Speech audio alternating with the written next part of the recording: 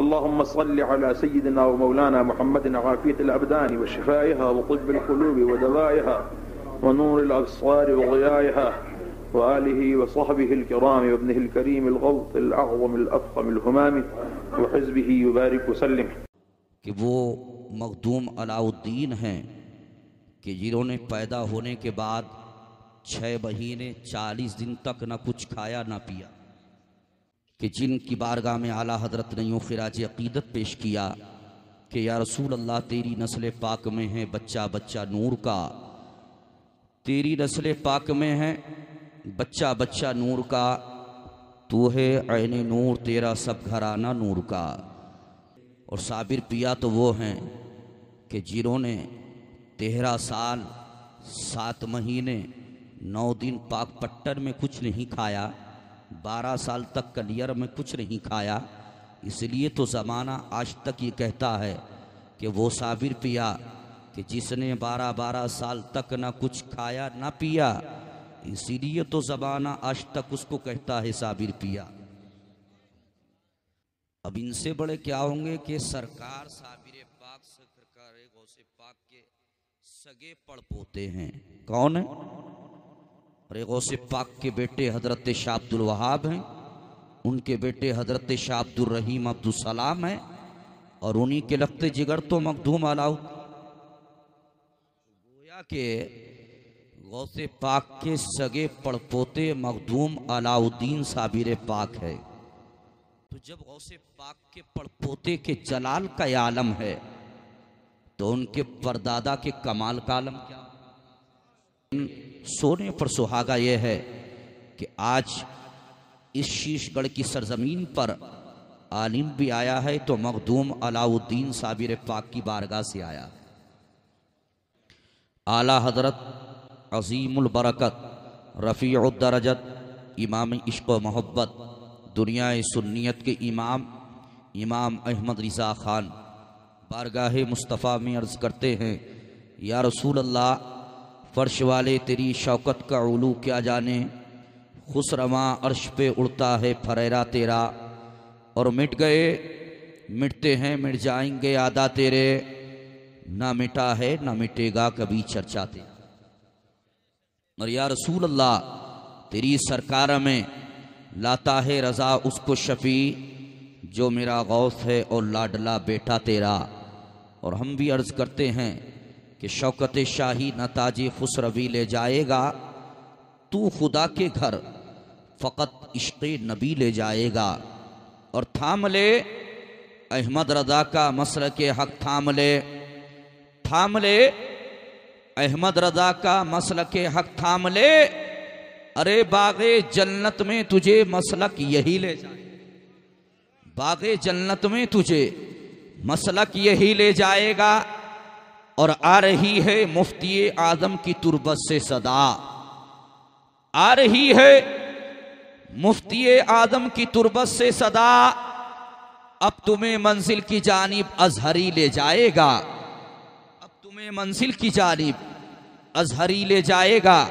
और हजरात ये वो बच्चे हैं कि जिनके सरों पर हजरात अभी आपने देखा कि कुरान का सेहरा सजाया गया।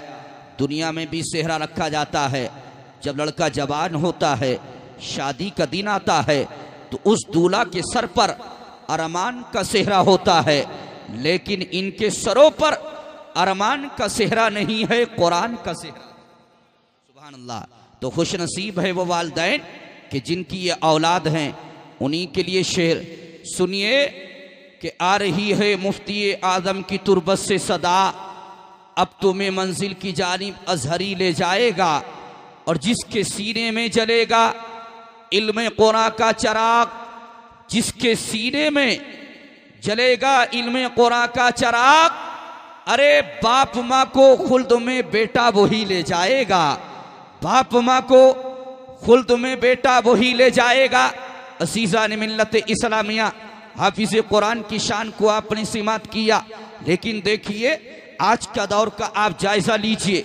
जब जब कुरान पर इस्लाम पर आँच आई है, यही मदरसे के मुजाहिद, यही मदरसे के हजरात तलबा खड़े हुए हैं। आप तारीख़ ईरान को उठाकर देखिए कि जब ईरान की अदालत में मुकदमा पेश किया गया था और कहा गया था कि कुरान से उन आयतों को निकाल दिया जाए कि कुरान की जिन आयतों में जिहाद का जिक्र आया है, कुरान की उन आयतों से उन जुमलों को निकाला जाए, उन अल्फाज को निकाला जाए कि जिनमें मुशरिक और काफिर आया है।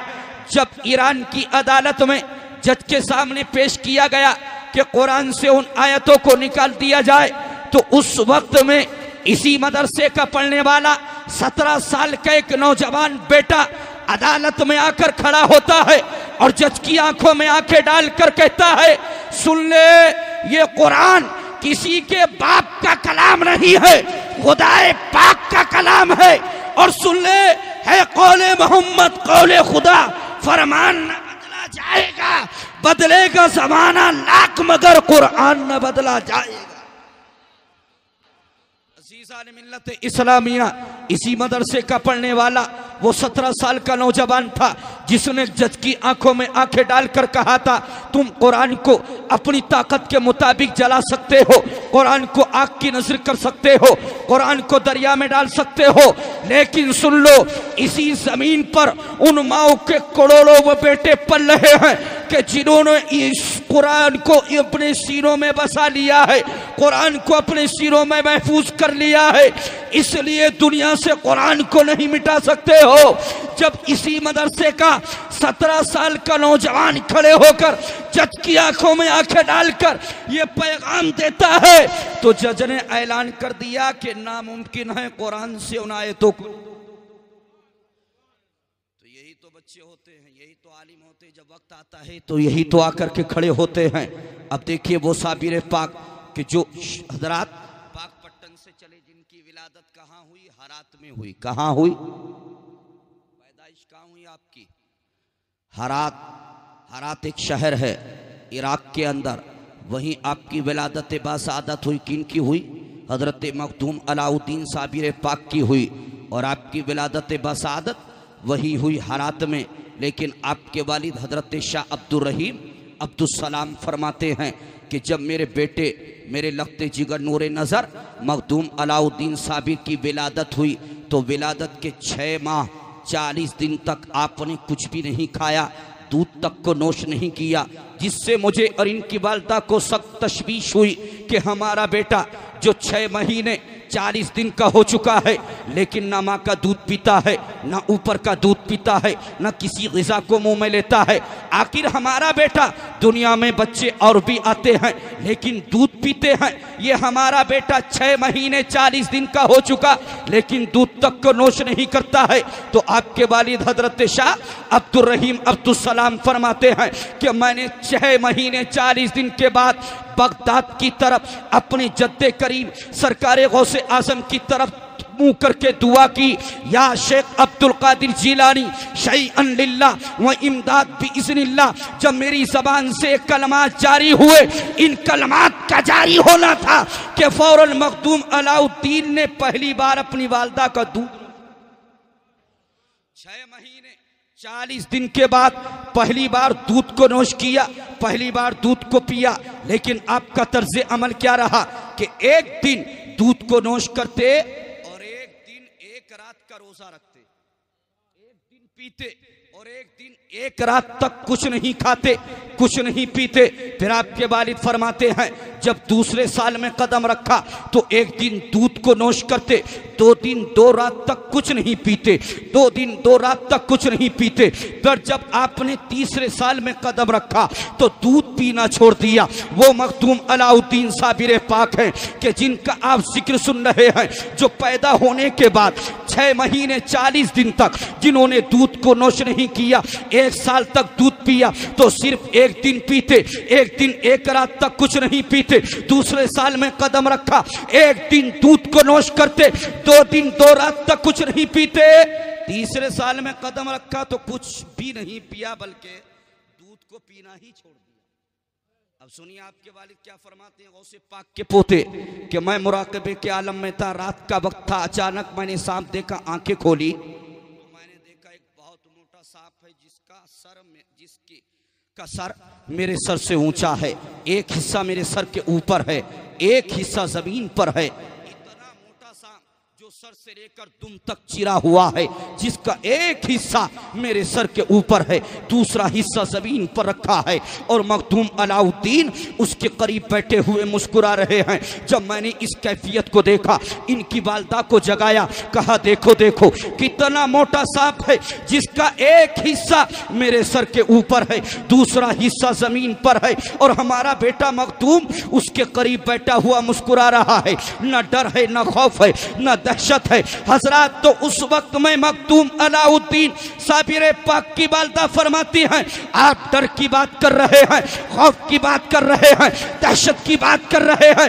अरे मेरा बेटा मखदूम डरने वालों में से नहीं है, आप डर और खौफ की बात करते हैं। जब मैं सो रही थी, अभी अभी ख्वाब में मेरे बेटे मखदूम अलाउद्दीन आए और मुझसे कहा, अम्मी जान, आज मैंने सांपों के बादशाह को मार दिया है और सांपों ने मुझसे वादा कर लिया है, कयामत तक मेरी औलाद में किसी को तकलीफ नहीं। अलाउद्दीन कह रहा था, अम्मी जान, आज मैंने सांप के बादशाहों को मार दिया है, जो सांप का बादशाह था उसको मैंने मार दिया है। दुनिया के तमाम सांपों ने मुझसे वादा कर लिया है कि अब मेरे ख़ानदान में किसी को तकलीफ़ नहीं पहुंचाएंगे। हजरात, ये मखदूम अलाउद्दीन साबिर पाक है। सुनिए कौन साबिर पाक? आपके वालिद हजरत शाह अब्दुर रहीम अब्दुल सलाम फरमाते हैं कि जब मेरे बेटे मखदूम अलाउद्दीन ने 34 साल में कदम रखा तो 4 साल के हो गए थे, अभी तक कुछ बोलते नहीं थे, जाहिरी तौर पर खामोशी के साथ सिर्फ जिक्र करते होंगे, लेकिन आवाज 4 साल के हो गए, हमने नहीं सुनी। लेकिन पहली बार अचानक 4 साल की उम्र में बेदार हुए और फरमाया, ला मौजूदु इल्लल्लाह। जब ये कलमा आपकी जबान से जारी हुआ तो मैंने फौरन बगदाद की तरफ खड़े होकर सलातो सलाम पढ़ा, और आपके वालिद फरमाते हैं, मैंने बगदाद की तरफ सलातो सलाम पढ़कर अर्ज किया, इलाही तेरा शुक्र है कि तूने मेरे फर्जंद मखदूम अलाउद्दीन अली अहमद साबिर से पहला कलमा अपनी मौजूदगी का कहलवाया। पहला कलमा जो जारी हुआ, कौन? मखदूम अलाउद्दीन साबिर पाक के जो 4 साल के हुए तो सिर्फ एक दिन जौ की रोटी को इस्तेमाल करते थे, 3 दिन तक 3 रात तक कुछ नहीं खाते थे, और जब 5 साल में 2 रोज कम थे, 5 साल में 2 दिन कम थे, आपके वालिद के हजरत गिरामी दोशंबा बाद नमाज़े ज़ोहर ज़ेरे नाप दर्द शुरू होता है। इतनी शिद्दत से दर्द की तकलीफ बढ़ती चली गई, आपको इतनी तेजी के साथ दर्द बढ़ा, आप कराना शुरू कर देते हैं, गौसे पाक के नाम को पुकारते हैं। कुछ लोग उठते हैं, साबिर पाक की बारगाह में पहुंचे, कहा, ऐ मखदूम अलाउद्दीन, तुम्हारे वालिद के ज़ेरे नाप दर्द हो रहा है, तकलीफ को हमसे देखा नहीं जा रहा है, दुआ कर दीजिए ताकि जो दर्द हो रहा है उस दर्द से निजात मिल जाए, आराम और सुकून मिल जाए। मखदूम अलाउद्दीन आसमान की तरफ निगाह उठाते हैं और फरमाते हैं, आप कह रहे हैं कि मैं अपने वालिद के लिए दुआ करूं ताकि तकलीफ दूर हो जाए। अल्लाह की कसम, अलाउद्दीन की निगाह आसमान पर देख रही है कि फरिश्ते आसमानों से मेरे वालिद को जन्नती दूल्हा बनाकर ले जाने के लिए आने वाले हैं। आप कहते हैं मैं अपने वालिद के लिए दुआ करूं कि दर्द की तकलीफ से निजात हासिल हो जाए, लेकिन मैंने देखा आसमानों पर फरिश्ते आने वाले हैं कि जो मेरे वालिद को दूल्हा बनाकर, जन्नती दूल्हा बनाकर ले जाएंगे। हजरत गिरामी कौन? मखदूम अलाउद्दीन। में पैदाइश कहाँ हुई? हरात में। और जब आपके वालिद ने ज़ाहिरी तौर पर दुनिया से पर्दा किया, ज़ाहिरी तौर पर हजरत शाह अब्दुर रहीम अब्दुल सलाम का ज़ाहिरी तौर पर विसाल हुआ, उसके बाद हजरत जो आपकी वालदा थी, घर में फिक्र फाका की ज़िंदगी गुजरा करती थी, घर में कोई चीज़ नहीं थी जो बना करके खिला दी जाती। दिल के साथ सुनिए, इंशाल्लाह आप चहक उठेंगे। वो मखदूम अलाउद्दीन जिनका तर्ज अमल यह रहता था कि आपने वालिद गिरामी के विसाल के बाद 1 साल तक किसी से कोई कलाम ना किया, 1 साल तक किसी से कोई बात ना की, बल्कि आप गम में डूबे रहते थे। हरात के जंगल में मुसल्ला तस्बीह लेकर जाते, सुबह को शाम तक हेरात के जंगल में रहते, शाम को वापस आते, माँ सीने से लगाती, मेरे बेटे मखदूम अलाउद्दीन तुम्हारे बाप का विसाल क्या हो गया है, तुमने अपनी माँ से भी कलाम करना छोड़ दिया है, तुमने मुस्कुराना छोड़ दिया है। बेटा जब से बाप का विसाल हुआ है अब तक तुम ना खाने के लिए तलब करते हो न पीने के लिए तलब करते हो। मेरे बेटे मखदूम क्या तुमको प्यास नहीं लगती है, क्या तुमको भूख नहीं लगती है? लेकिन वो मखदूम अलाउद्दीन थे जो घर में भी मुसल्ले को बिछा देते थे, तस्बीह को लेकर अल्लाह का जिक्र करते थे। वो मखदूम अलाउद्दीन अचानक 7 साल 3 महीने 9 दिन की उम्र में एक दिन अचानक हेरात के जंगल से घर में आए और माँ का दामन पकड़कर कहते हैं, अम्मी जान मैंने आपसे कभी खाने को तलब नहीं किया, कभी पीने को तलब नहीं किया, लेकिन अम्मी जान आज आपके बेटे मखदूम अलाउद्दीन को भूख ने निढाल कर दिया है, भूख से मुझको निढाल हो रहा हूँ, मुझको भूख की बर्दाश्त नहीं हो रही है। अम्मी जान मेरे लिए कुछ खाने के लिए दिया जाए। जब इतना आपने कहा माँ का दिल भर आता है, माँ तड़प जाती है, आंखें अश्कबार हो जाती है, इसलिए कि घर में कोई चीज ना थी जो बना करके अलाउद्दीन को खिला दी जाती। लेकिन जब मखदूम अलाउद्दीन ने माँ से खाने के ताल्लुक से सवाल किया तो माँ चलती है, खाली देगची को लेती है, उसमें पानी को जमा करने के बाद उस देगची को चूल्हे पर चढ़ा देती है, आग पर चढ़ा देती है, अलाउद्दीन को करीब करती है, कहती है बेटा मैंने देगची को आग पर चढ़ा दिया है, मैंने देगची को आग पर रख दिया है। अलाउद्दीन अर्ज करते हैं अम्मी जान मुझको खाने के लिए दिया जाए, इसलिए कि मैं भूख से निढाल हो रहा हूँ। अम्मी जान बड़ी शिद्दत से भूख लग रही है, मुझको खाने के लिए कुछ दिया जाए। माँ सर पर हाथ रखती है, बेटा अलाउद्दीन मैंने देगची को आग पर चढ़ा दिया है, बेटा सब्र करो। जब तीसरी मर्तबा सब्र की तलकीन करती है, अलाउद्दीन को जलाल आता है, माँ की गोद से उतरते हैं और देगची के करीब जाकर ढक्कन को हटाते हैं और फरमाते हैं अम्मी जान आप कह रही हैं कि खाना बन रहा है, रब्बे काबा की कसम इसमें खाना बना हुआ रखा। बाबा फरीदुद्दीन सरकार महबूब इलाही निजामुद्दीन औलिया भी हैं। कहा महबूब इलाही से पीरो मुर्शिद क्या फरमा रहे हैं बाबा फरीद? फरमाया ये कह रहे हैं लेकिन कोई बताने को तैयार नहीं, इतने मुरीद इतने खुलाफा किसी को याद नहीं। तो आगे बड़े अर्ज किया सरकार अगर आप इजाजत दें तो मैं बता दूं। क्या फरमाया मखदूम अलाउद्दीन? हुजूर अगर आप इजाजत दें तो मैं बता दूं। फरमाया बताओ अलाउद्दीन। तो फरमाया जब तमाम के रूहों को जमा किया गया था, सजदे का हुक्म दिया गया था, तो मैं चला और मैं हज़रत इस्माइल अलैहिस्सलाम के बराबर में खड़ा हुआ, लेकिन हज़रत जिब्रील ने अपने परों से मुझको उठाया और आपके बराबर में लाकर खड़ा किया। तो मैंने देखा आप सजदा कर रहे थे, मैंने भी सजदा किया। बेशक सुभान। फिर फरमाया दूसरी मर्तबा मैं चला, हज़रत यूसुफ अलैहिस्सलाम के बराबर में पहुंचा, चाहता था सजदा करूं, लेकिन फिर परों से उठाया हज़रत जिब्रील ने, आपके बराबर में खड़ा किया। मैंने देखा आप सजदे, मैंने भी सजदा किया। का सबूत अलाउद्दीन इसकी दलील तो सुनिए इंशाअल्लाह आप चहक उठेंगे। जब बाबा फरीदुद्दीन ने कहा अलाउद्दीन तुम्हारे पास इसकी दलील क्या है, क्या कोई अलामत रखते हो, क्या कोई निशानी रखते हो? तो मखदूम अलाउद्दीन झूम उठे थे, फरमाया था मेरे पीर उस दिन से लेकर आज तक उसी अलामत और पहचान को लेकर तो जी रहा हूं। फरमाया क्या मतलब? कहा मतलब देख समझना चाहते हो, अलामत देखना चाहते हो, निशानी देखना चाहते हो तो लो देख लो। अलाउद्दीन ने अपने जिस्म से अपने जुब्बे को उतारा, फरमाया जिब्रील ने जिन परों से मुझको उठाया था उन परों के निशान अल्लाह की कसम अलाउद्दीन की पुष्प पर अब तक मौजूद।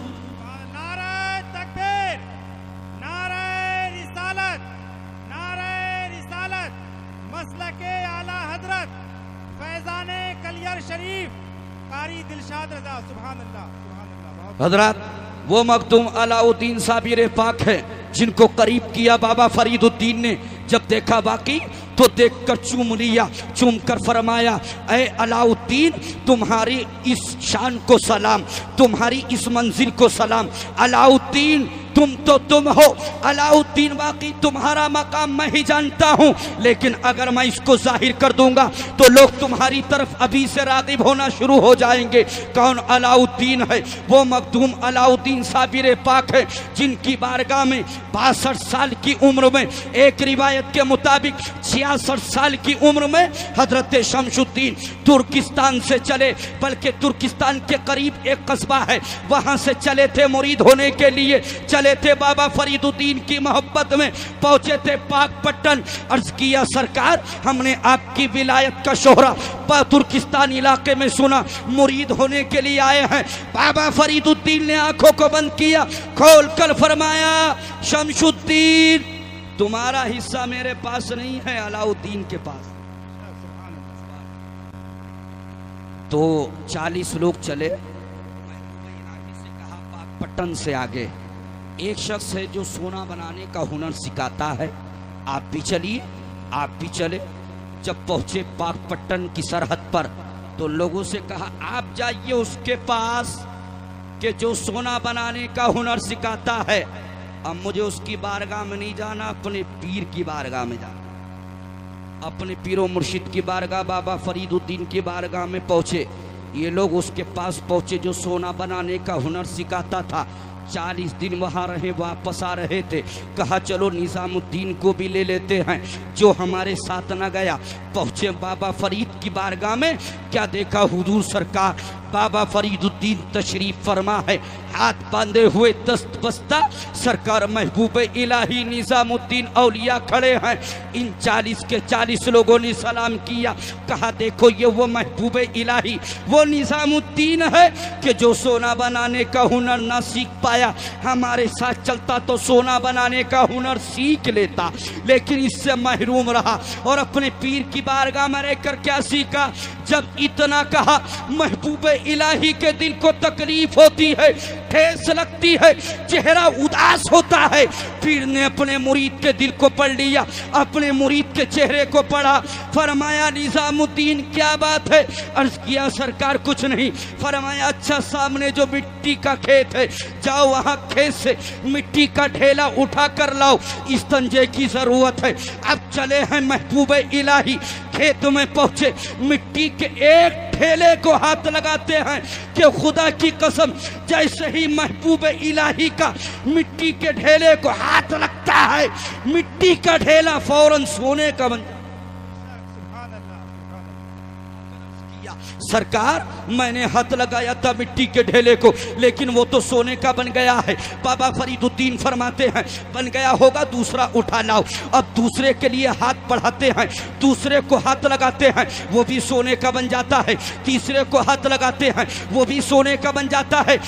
जिसको महबूब इलाही हाथ लगाते जाते थे वही सोने का बनता जाता था। आकर के अर्ज करते हैं मेरे आका, मेरे पीरो मुर्शिद, जिस मिट्टी के ढेले को मैं हाथ लगाता जाता हूं वही सोने का बनता जाता है। बाबा फरीदुद्दीन मुस्कुराते हैं, इरशाद फरमाते हैं निज़ामुद्दीन ये वो लोग हैं कि जो सोना बनाने का हुनर सीख कर आए हैं, और मैंने अल्लाह की अता से तुझे सरापा सोना बना दिया है।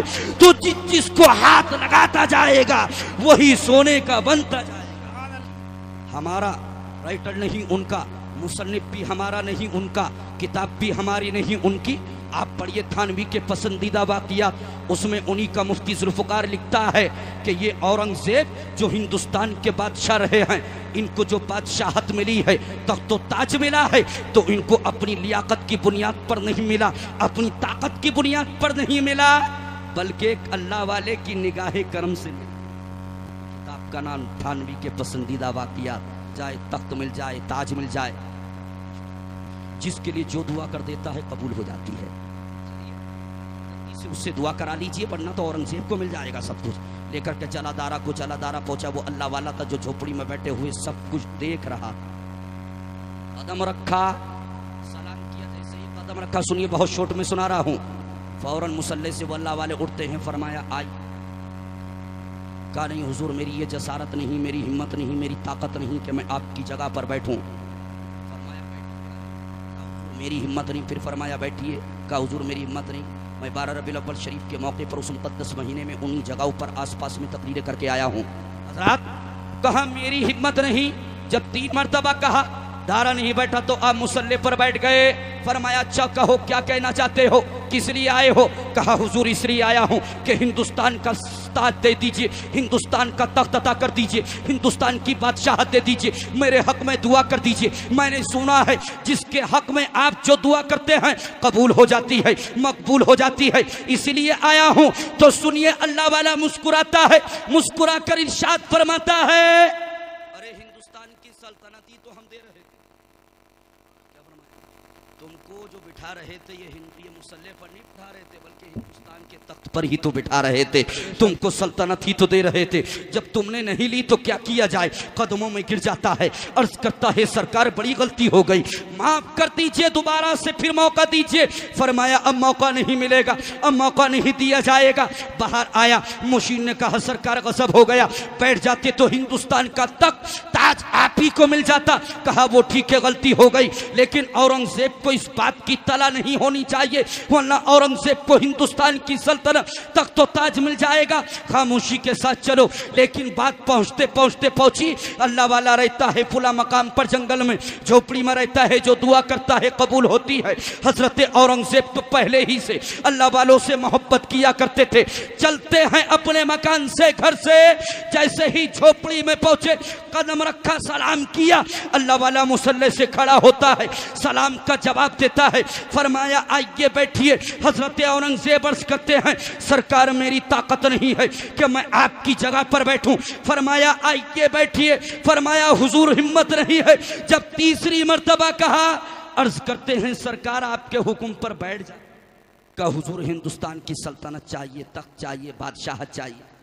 फरमाया तख्त दिया है तो ताज भी पहना दीजिए।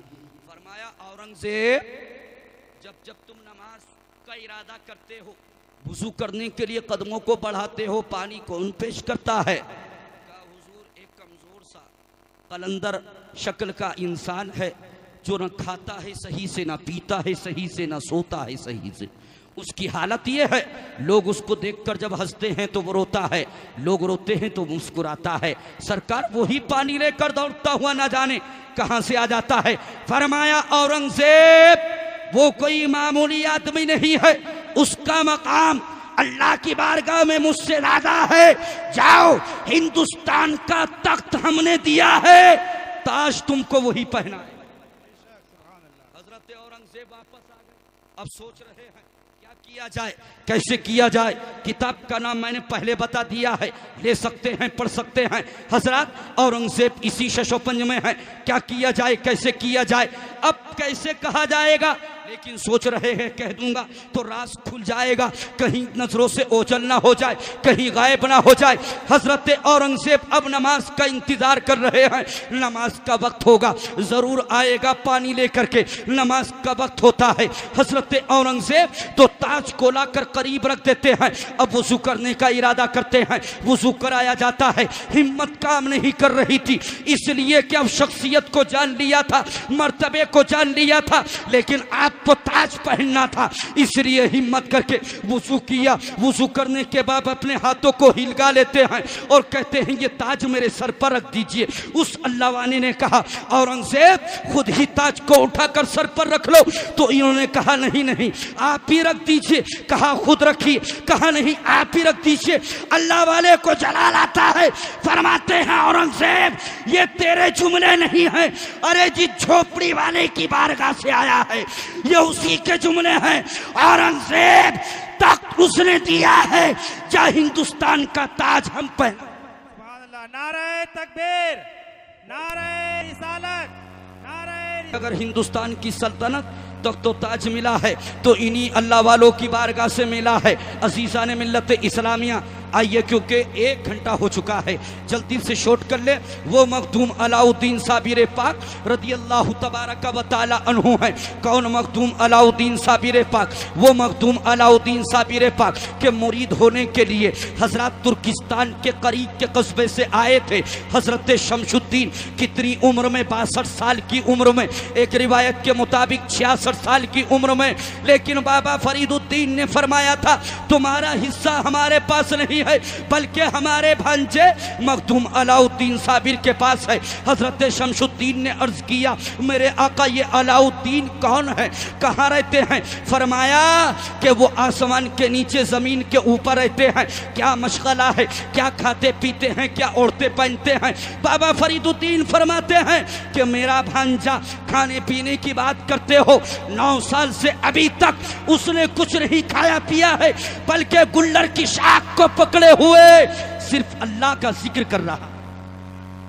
आज तुम्हारा हिस्सा है, साथ में लिया सबको, चलो उनकी जियारत करते हैं। फरीदुद्दीन के भाई भी चले। जीज़ाने मिल्लत इस्लामिया जब पहुंचे पीराने कलियर के बॉर्डर पर, साथ तेहतुसरा में जिस मस्जिद को पहुंचा दिया था, गुलजारी जो मुरीदा थी, फरमाया था बेटे को लेकर 12 कोस की दूरी तक निकल जा, अब कोई चीज बचेगी नहीं। मखदूम अलाउद्दीन ने गुल्लर की शाख को थामा, आसमान को की तरफ चेहरा किया, और आसमान की तरफ चेहरा करने के बाद जमीन के जिस हिस्से पर अपनी निगाह डालते थे, आग के शोले निकलना शुरू हो जाते थे। अज़ीज़ाने मिल्लत इस्लामिया, जलालुद्दीन जो बॉर्डर पर है जिन्नातों की फौज को लेकर जब पहुंचे हैं शमशुद्दीन, फरमाया क्यों आए हो? कहा आया नहीं हूं, इनके पीरो मुर्शिद बाबा फरीदुद्दीन ने भेजा है, मुझको मुरीद होना है, जियारत करना है। कहा तो ठीक है, अंदर जा रहे हो तो अपनी जबान पर इन्हीं का नाम रखना, तो सलामत रह सकते हो, महफूज रह सकते हो। कहा नाम क्या लेना पड़ेगा? कहा नाम यही लेना पड़ेगा, या मखदूम अलाउद्दीन साबिर अल मदद। हजरत गिरामी साबिर पाक का नाम लेते हैं शमशुद्दीन। साथ के लोग अंदर पहुंचे, पुष्ट के पीछे खड़े हो जाते हैं, फरमाते हैं अल्लाह की कसम, जब हमने देखा आंखें अश्कबार हो गई। अलाउद्दीन ने गुल्लर की शाख को थाम रखा था, आसमानों की तरफ चेहरा कर रखा था, आसमान से चेहरे को हटाते जमीन के जिस खित्ते पर डालते, आग के शोले निकलने लगते, आग के अंगारे निकलने लगते। हम कांप रहे थे, दहशत हम पर तारी थी, लेकिन जबान पर अलाउद्दीन का नाम जारी। तो उन्होंने कहा शमशुद्दीन 3 दिन के बाद, कहा 3 दिन हो चुके हैं, हमारी हालत नहीं है हम आगे खड़े हो सके, इन पर तो यही आलम है, अब हमसे बर्दाश्त नहीं हो रहा है। शमशुद्दीन हम तो वापस पाकपट्टन जा रहे हैं, आप भी चलना चाहते हैं? तो हजरत शमशुद्दीन ने कहा था, जब तक चेहरा नहीं देखा था किसी और की मोहब्बत लिए हुए था, अब चेहरा देख लिया है और मेरे दिल में किसी और की मोहब्बत नहीं है, बल्कि अलाउद्दीन की मोहब्बत समा गई है। आप चलने की बात करते हैं, जाने की बात करते हैं, अरे मैंने फैसला कर लिया है कि जब तक मखदूम अलाउद्दीन मेरी तरफ नहीं देखेंगे, मुझ पर नजर करम नहीं करेंगे, मैं वापस नहीं जाऊंगा। वो वापस आ जाते हैं 3 दिन के बाद। लेकिन शमशुद्दीन जो 22 दिन तक बारगाह में रहे, जब 22 दिन के बाद 23वें दिन सरकार ने चेहरा किया, आलम इस्तगराक दूर हुआ, फरमाया शमशुद्दीन अभी वापस मेरे पीर की बारगाह में जाओ, उनकी खिदमत करो, और उनके विसाल के वक्त वो तुमको कुछ तोहफे देंगे, कुछ चीजें देंगे। उनके विसाल के बाद नमाज जनाजा पढ़ने के बाद फिर तुम वापस आना। ये वापस चलते हैं। जब पाकपट्टन पहुंचे, उलमा बैठे हुए थे बाबा फरीदुद्दीन की बारगाह में। बाबा फरीदुद्दीन ने जब 23 दिन के बाद शमशुद्दीन को आता हुआ देखा, फरमाया देखो वो आ रहा है, उस मेरे मखदूम अलाउद्दीन की बारगाह से आ रहा है जो 23 दिन तक रहा है। जब पहुंचे हैं शमशुद्दीन, तो एक आलिम ने खड़े होकर कहा, ऐ शमशुद्दीन तुमने किस आलम में अलाउद्दीन को पाया? फरमाते हैं मैंने 22 दिन तक इस आलम में पाया कि उन्होंने ना कुछ खाया ना पिया, गुल्लर की शाख को पकड़ रखा था, आसमान से निगाह को हटाते थे, जमीन के जिस हिस्से पर डालते थे आग के अंगारे, आग के शोले निकलने लगते थे। शमशुद्दीन उन्होंने कुछ नहीं खाया, लेकिन क्या तुमने भी कुछ खाया पिया? फरमाते हैं अल्लाह की कसम मैंने भी नहीं कुछ खाया पिया। फरमाया तुमको क्या भूख नहीं लगती थी, प्यास नहीं लगती थी? तो सुनिए ईमान ताजा हो जाएगा। हजरत शमशुद्दीन फरमाते हैं, ऐ लोगों, जब जब मुझे भूख और प्यास लगती थी तो मैं अलाउद्दीन साबिर का चेहरा देख लेता था। अल्लाह की कसम चेहरा देखते ही मेरी भूख और प्यास खत्म हो जाती। अज़ीज़ान मिल्लत इस्लामिया, वो मखदूम अलाउद्दीन साबिर पाक रदियल्लाहु तबारक व तआला अन्हु हैं कि जो गौसे पाक के सगे पड़पोते हैं। सुभान अल्लाह। अल्लाह कह दीजिए, कोई मामूली शख्सियत का जिक्र नहीं हो रहा है। इत्तिफाक का मस्ती हजरत को सुना रहे थे। और अल्हम्दुलिल्लाह खुशी की बात यह है, हजरत जहाँ नमाज पढ़ाते हैं, 5 वक्त के इमाम हैं, मुक्तदा है, तो उसी जगह पर लोग बताते हैं पहले नहर तो थी नहीं, तो इसी मकाम पर इसी के आसपास सरकार ने खुद अपनी नमाज जनाजा पढ़ाई। और जो उनके मदार हैं हजरत अबू साले के, वो भी औलाद गौसे आदम में से हैं, और वो साबिर पाक से 100 कुछ साल पहले आए थे। कलियर का नाम पहले से कलियर नहीं है, बल्कि इसका नाम कल्याण भी रहा है, इसका नाम बदलता रहा है। लेकिन जब हजरत अबू साले बगदाद से चले 11 लोगों का काफिला लेकर और राजा का कत्ल किया, वहाँ पर इस्लाम का झंडा गाड़ा, तो उस वक्त में कलियर हो गया। और जब मेरे आपके मखदूम अलाउद्दीन के कदम पहुँचे तो पीराने कलियर शरीफ हो गए। वो मखदूम अलाउद्दीन साबिर पाक, तो उन्होंने कहा था साबिर की फाका मस्ती रब को जो पसंद आई, रिंद झूम उठे जन्नत को हंसी आई। सुभान अल्लाह। कौन मखदूम अलाउद्दीन? वो मखदूम अलाउद्दीन साबिर पाक, जिन्होंने एक हजरात तो पहला वाक़या 9 साल 6 महीने कुछ दिन का, अब पहुँचे वापस पीर की खिदमत की, बाबा फरीद की, इनके पीरो मुर्शिद की। जब उनका आखिरी वक्त आया, उन्होंने तोहफे दिए, निशानियाँ दी, कुछ चीज़ें दी, फरमाया इसको एहतराम के साथ, बड़े अदब के साथ, बड़ी हिफाजत के साथ अलाउद्दीन तक पहुंचा देना। उनकी नमाज जनाजा के बाद भी कुछ दिन तक वहां रहे। जब पहुंचे अलाउद्दीन की बारगाह में, पहुंचे मखदूम अलाउद्दीन साबिर पिया की बारगाह में, रहे वहां अजीज़ान मिल्लत इस्लामिया। तो जब दोबारा पहुंचे तो कुरान पढ़ा। अब 12 साल हो चुके थे, पहला ज़माना 9 साल 6 महीने कुछ दिन का, लेकिन जब दोबारा पहुंचे हैं तो 12 साल का वक्त हो चुका है। अब पुष्ट के पीछे खड़े होते हैं हजरत शमशुद्दीन और कुरान पढ़ना शुरू कर देते हैं। पहला पारा पढ़ते हैं, दूसरा पारा पढ़ते हैं, तीसरा पारा पढ़ते हैं। जब 27वें पारे में सूरह रहमान पर आते हैं तो आलम इस्तगराक दूर हुआ। मखदूम अलाउद्दीन ने फरमाया, कौन है कि जो मेरे माबूद का कलाम मेरी पुष्ट के पीछे खड़े होकर पढ़ रहा है? मेरी निगाहों के सामने आकर कुरान पढ़ो। कौन है? बैठकर पढ़ो, खड़े होकर क्यों पढ़ रहे हैं? हजरत शमशुद्दीन दस्त करते हैं, सरकार दिल तो यही चाहता है, इसलिए कि बड़ी दूर से चलकर आया हूं, तबीयत तो यही चाहती है, खड़े होने की इस्तिताअत नहीं, ताकत तो नहीं थी, लेकिन मैं गुलाम हूं, आप आका है। गुलाम को कैसे गवारा हो सकता है कि गुलाम बैठ जाए और आका खड़ा रहे? गुलाम तो ये चाहता है कि आका भी बैठ जाए और गुलाम को भी बैठने का हुक्म। बेशक, सुभान अल्लाह। अब 12 साल के बाद सरकार साबिर पाक बैठे। कितने साल के बाद? 12 साल के बाद। बेशक। कहते हैं इसलिए कि मखदूम अलाउद्दीन वो है जो सिर्फ कुरान पढ़कर ही बैठे थे, सुनकर ही बैठे, कुरान सुनकर ही बैठे थे। 12 साल तक तो ये शमशुद्दीन कैसे बैठे? ये शमशुद्दीन कैसे बैठे? सुनिए आखिरी जुमला, इसलिए कि अब आपकी ताकत नहीं कि बात को आगे बढ़ाया जा सके। वो शमशुद्दीन कि जब मैं आया सरकार ने फरमाया, शमशुद्दीन हमसे दूरी पर अपनी झोपड़ी को बना लो, दूर जंगल में रहना, सिर्फ दिन के वक्त हमारी बारगाह में रहना, रात को कभी भी हमारे पास मत आना, हमारे करीब रात के आलम में मत आना। और जब 12 साल के बाद आप बिठा रहे थे, फरमाते हैं अल्लाह की कसम 12 साल के बाद जब आपकी बारगाह में मैंने अर्ज किया, फरमाया शमशुद्दीन तुम कहते हो तो बैठ जाता हूं, लेकिन कैसे बैठूं? उस वक्त में हजरत शमशुद्दीन जो जाहिरी तौर पर उम्र में आपसे बड़े थे, मर्तबे में छोटे थे, फरमाते हैं जो हाथ 12 साल से गुल्लर की शाख को पकड़े हुए बुलंद था, आप फरमाते हैं शमशुद्दीन जब मैंने उस हाथ के करीब अपने हाथ को किया और हजरत मखदूम अलाउद्दीन साबिर के हाथ को नीचे करना चाहा, वो हाथ जो 12 साल से बुलंद था नीचे कर रहा था, लेकिन हाथ नीचे नहीं आ रहा था। अदब को भी मलहूस रखना था, हाथ को भी नीचे करना था। अदब को मलहूस रखते हुए बड़ी कोशिश के साथ मैंने आपके हाथ को नीचे किया, फिर मैंने आपकी कमर को अपने सीने से लगाकर बड़ी एहतराम से, इसलिए कि उस वक्त आपके जिस्म पर सिर्फ हड्डी और खाल था, गोश्त का दूर तक नामो निशान ना था। अरे जिस शख्स को 12 साल बगैर खाए पिए हो चुके हो, उसके जिस्म में हड्डी और खाल ही तो हो सकता है। आप फरमाते हैं एहतराम को मलहूस रखते हुए बड़े अदब से मैंने सरकार को नीचे बिठाया। वो मखदूम अलाउद्दीन के जिनकी बारगाह में एक दिन शमशुद्दीन ने अर्ज किया, सरकार महबूब इलाही के बहुत सारे मुरीद हैं, बहुत सारे सारे खुलाफा हैं, मैं आपका तन्हा अकेला मुरीद हूँ, अकेला खलीफा हूँ। फरमाया शमशुद्दीन क्या चाहते हो? अर्ज करते हैं सरकार मैं चाहता हूँ मेरे भी बहुत सारे पीर भाई हो जाए।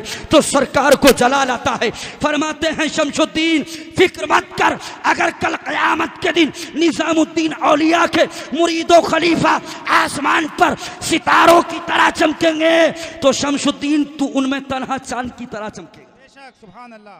पूरी बारात को सरकार ने 3 दिन तक अपने प्याले में बंद कर लिया था।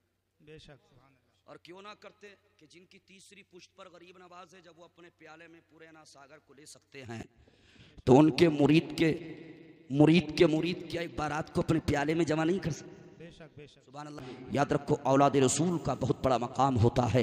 निस्बत से हजरात ये इतने आला हैं कि आला हजरत फाजिल बरेलवी रदी अल्लाह तबारक व तआला अन्हु यही हमें हुक्म देते हैं कि जब जब तुम्हारे सामने कोई औलाद रसूल आए तो उसकी ताज़ीम किया करो। तुम पर ताज़ीम करना वाजिब है, इसलिए ताज़ीम किया करो। औलाद रसूल का ख्याल रखा करो। हजरात उनकी आवाज़ से अपनी आवाज़ों को बुलंद न किया करो, हमेशा अदब को मलहूज रखा करो। आखिरी बात सुनिए, कौन? हजरत सरकार गरीब नवाज, वो हजरत सरकार गरीब नवाज जो हिंदुल वली अताए रसूल हैं। इनकी बात पूरे करते हुए जुमले को आखिर देते हुए बात को ख़त्म करता हूँ। मखदूम ने मुकरपुर की पूरी बारात को अपने प्याले में जमा किया, 3 दिन के बाद बाहर किया और इनके पीर के पीर हजरत सरकार गरीब नवाज ने क्या किया था कि जब अजमेर की धरती पर पहुंचे थे तो उस वक्त में क्या किया था? चले थे, आए थे, दिल्ली से अजमेर का रुख किया। मुरीदों ने कहा हुजूर किधर जाना है? फरमाया मैं हिंदुस्तान की राजधानी अजमेर जा रहा हूँ। फरमाया हुजूर अजमेर के हालात अच्छे नहीं है, माहौल बहुत गर्म है, इस वक्त वहां ना जाया जाए। शहाबुद्दीन 3 मरतबा शिकस्त खाकर वापस गया है, हालात गर्म है, हालात अच्छे नहीं है। सरकार दिल्ली ही में रुक जाए, आगरा में रुक जाए, किसी और करिया शहर में किसी जंगल में चले, वहां इस्लाम का पैगाम दे। जब इतना कहा सरकार गरीब नवाज को जलाल आता है। फरमाते हैं तुम कहते हो कि मैं दिल्ली में रुक जाऊं, आगरा में रुक जाऊं, किसी और शहर करिया में रुक जाऊं? अरे याद रखो मैं खुद नहीं आया हूं, बल्कि मदीने वाले सुल्तान ने मुझको हिंदुस्तान का सुल्तान बनाकर भेजा है। सुल्तान तो जो सुल्तान होता है वो अपना झंडा ना किसी करिया में गाड़ता है, ना किसी शहर में गाड़ता है, ना किसी बस्ती में गाड़ता है, वो तो अपना झंडा राजधानी में गाड़ता। पानी बंद किया गया। आकर के मुरीद ने कहा बात को समेट रहा हूँ। हजरत गजब हो गया, पानी बंद कर दिया गया है, वुज़ू कहाँ से करेंगे, गुस्ल की ज़रूरत होगी कहाँ से करेंगे, पानी कहाँ से पिएंगे? उस वक्त में जब ये कहा पानी बंद कर दिया गया है, सरकार गरीब नवाज मुस्कुराते हैं। मुरीद ने अर्ज किया सरकार पानी बंद हो चुका है, आप मुस्कुरा रहे हैं। फरमाया कि मुझको मेरे जद्दे करीम की याद आ गई है कि करबला में मेरे जद्दे करीम पर पानी को बंद किया गया था, आज उनके बेटे पर बंद किया गया है, लेकिन उन्होंने करबला में पानी नहीं बुलाया था। चाहते तो बुला लेते, एक ठोकर लगा देते तो जमीन से पानी के जल थल निकल उठते, लेकिन नाना का वादा वफा करना था। लेकिन उनका बेटा बुलाएगा, हमारा प्याला ले जाओ, अना सागर से कहना कि तुझको मेरे ख्वाजा ने बुलाया है। गुलाम प्याला लेकर चला, रास्ते में पकड़ा जाता है कि जरूरत पर, तहरत पर, इस्तेमाल पर, पीने पर पाबंदी है, लेकिन गरीब नवाज का गुलाम था जिसको सरकार गरीब नवाज ने पहले ही इंटरनेशनल वीजा देकर भेजा था। चीर फाड़ करते हुए गुलाम पहुंच जाता है अना सागर पर और फरमाया ओ पानी हो गई तुझ पर मेरे ख्वाजा की मेहरबानी, चलेगी राजा की निगरानी, पानी आजा बुलाता है तुझे मेरा ख्वाजा। अना सागर का पानी गरीब नवाज के प्याले में, इसीलिए तो हम कहते हैं कि वो बिन मांगे अता कर दे इनायत हो तो ऐसी, बिन मांगे अता कर दे इनायत हो तो ऐसी हो, शजर ताजीम को आए हुकूमत हो तो ऐसी हो। और सिमट कर आ गया सागर मेरे ख्वाजा के प्याले में, अना सागर पुकार उठा करामत हो तो ऐसी हो, अना सागर पुकार उठा करामत हो तो ऐसी हो। पूरे पानी को प्याले में ले लिया, लेकिन जब सिफारिश आती है हजरात गिरामी, जब फरियाद पर फरियाद, इल्तिमास पर इल्तिमास पेश की जाती है, फरमाया प्याले को वापस उल्टा कर दो। हजरत वो पानी जो लिया था वापस कर दिया, वरना याद रखो शीशगढ़ के शेर दिल सुन्नी मुसलमानों के वो गरीब नवाज जो वली इब्ने वली, सखी इब्ने सखी, करीम इब्ने करीम के सारा पानी लेने के बाद वापस कर देते हैं। वरना याद रखिए अगर इधर उधर का कोई बाबा होता तो सारा पानी लेकर किसी यात्रा पर पानी को लिया वापस कर दिया। आज अगर हजरत गिरामी उलमा कहते हैं, सैयद हुजूर सरकार मुर्तज़ा अली मियाँ साहब क़िबला कहे कि या रसूल अल्लाह आपकी नूरी चादर सलामत रहे, हश्र की धूप में शामियाना तो है, तो कहते आप हैं, फरमाते आप हैं। कलेजा बदअक़ीदा वहाबियों को फट जाता है। वो कहते हैं नबी की नूरी चादर इतनी बड़ी कहाँ होगी जिसमें सारे गुनाहगार उम्मती आ जाएं। तो सैयद मुर्तज़ा मियाँ साहब क़िबला फरमाते हैं, हजरत कारी सूफी ज़ाकिर साहब फरमाते हैं, सैयद अयाज़ मियाँ साहब क़िबला फरमाते हैं कि जालिम नबी की नूरी चादर बाद में देख, अजमेर में गरीब नवाज का प्याला पहले। वो सरकारी गरीब नवाज है। अजीज़ान में के ख्वाजा ने यूँ बजाया है टंका रसूल का, लगवाया है पंडितों से भी नारा रसूल का, और दुनिया को देखना भी गवारा नहीं किया जब तक अली ने देखा ना चेहरा रसूल का। ये लोगों को पैगाम देता है, नादानो तुम आला हजरत के नाम से, आला हजरत के सलाम से चिढ़ रहे हो। अरे आला हजरती का तो सदका है कि जो साबिर पाक की बारगाह में हम खड़े हैं, वरना यहाँ आने पर तो पाबंदियाँ लगाई जा रही थी, चादरों पर पाबंदियाँ, नियाज़ फातिहा पर पाबंदियाँ, बुजुर्गों की बारगाह में जाकर जाने पर पाबंदी। लेकिन ये आला हजरती का तो सदका था। तो याद रखो, हम हिंदुस्तान में मानते हैं कि इस्लाम सरकार गरीब नवाज ने फैलाया है, लेकिन हम ये भी मानते हैं और इस पर भी एतमाद यकीन रखते हैं कि बचाया आला हजरत, फैलाया सरकार गरीब नवाज ने है, बचाया बरेली के आला हजरत ने है, सुन्नियों के आला हजरत ने है। तो ना हम फैलाने वाले को भूल सकते हैं और ना बचाने वाले को छोड़ सकते। इसलिए वो मर्द कलंदर अल्हम्दुलिल्लाह कि जिन्होंने कलियर शरीफ की सरजमीन पर रहने वाले लोगों के दिलों के अंदर आला हजरत की मोहब्बत कूट कूट कर भरी है। और फरमाया है आला हजरती ने तो दुनिया वालों को बताया कि साबिर पाक का मकाम क्या है, साबिर पाक की शान क्या है, साबिर पाक की इस मकाम की शख्सियत का नाम है वो आला हजरत के जो इन्हीं के लिए दुनिया से लड़े, इन्हीं के लिए दुनिया से जंग करते रहे। तुम उन्हीं के सलाम पर पाबंदी लगाओगे तो अगर आला हजरत के नाम पर, आला हजरत के सलाम पर पाबंदी लगाओगे तो तुमसे साबिर पाक भी राजी नहीं रहेंगे। अगर तुम साबिर पाक को राजी करना चाहते हो तो खड़े होकर मखदूम पाक की बारगाह में आला हजरत का सलाम पढ़ो और जहां साबिर पाक का जिक्र करो वहीं आला हजरत का भी। मज़हब इस्लाम जिंदाबाद, मसलके आला हजरत पाई जिंदाबाद, फैज़ानी हुजूर ताजुश शरिया सलामत रहे। वमा अलैना इल्लल बलाग। अस्सलामु अलैकुम।